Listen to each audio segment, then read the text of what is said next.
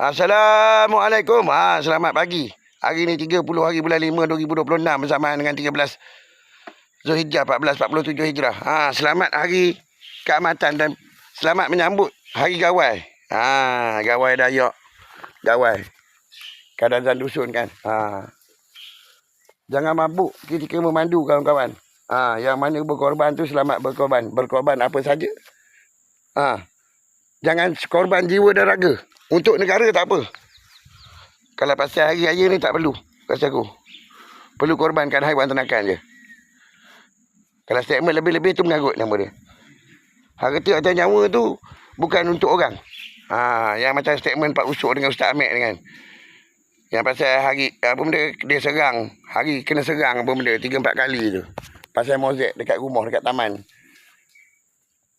Padang Jaya aku beli rumah dekat situ. 3 biji tak? 3 biji. Yang Budin ni kabur 4 biji. Dia tahu macam mana? Aku rasa Budin ni ada sesuatu ni. Yang dia kena fikir apa benda. Dia kepala otak dia aku rasa dia kena fikir apa benda yang aku buat ni ada hak dia. Aku duk pelik daripada budak lagi tau. Kita nak kepastian benda tu. Yang usuk apa benda ni? Apa benda yang aku buat ni? Yang Ustaz Ahmed ni sekali dengan api ni. Kenapa pula kena ada statement dia orang? Dia nak kaitkan apa benda yang aku buat ni dengan kehidupan dia orang. Kenapa? Dia orang nak kena curi duit tu. Dia orang nak kena curi kain baju tu. Dia nak kena curi kereta tu. Yang aku pelik kereta hak duduk dekat Taman Padang Jaya Pasal 1 tu. Kereta aku dengan kain baju apa benda. Semua anak Pak Usuk pakai. Lepas kejadian tu. Yang anak dia ni terlibat dalam satu kes pembunuhan terancang dalam Dewan Bedah tu. Yang nak bawa aku, nak heret aku. Aku koma masa tu. Sedar 2 hari. Hari kedua tu. Nak kena bawa. Kawan tu dalam keadaan dah kering dah. Darah tu dah kering dah.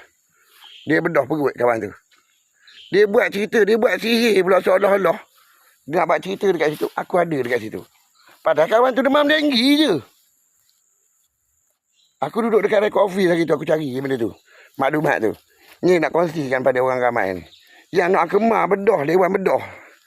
Dekat tingkat 4. STAA tu.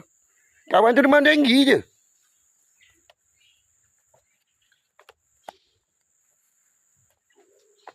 Dia khabar dia doktor pakar apa benda. Yang usuk ni. Aku pelik sungguh. Nak kena ada kaitan kehidupan anak dia dengan kegilaan dia.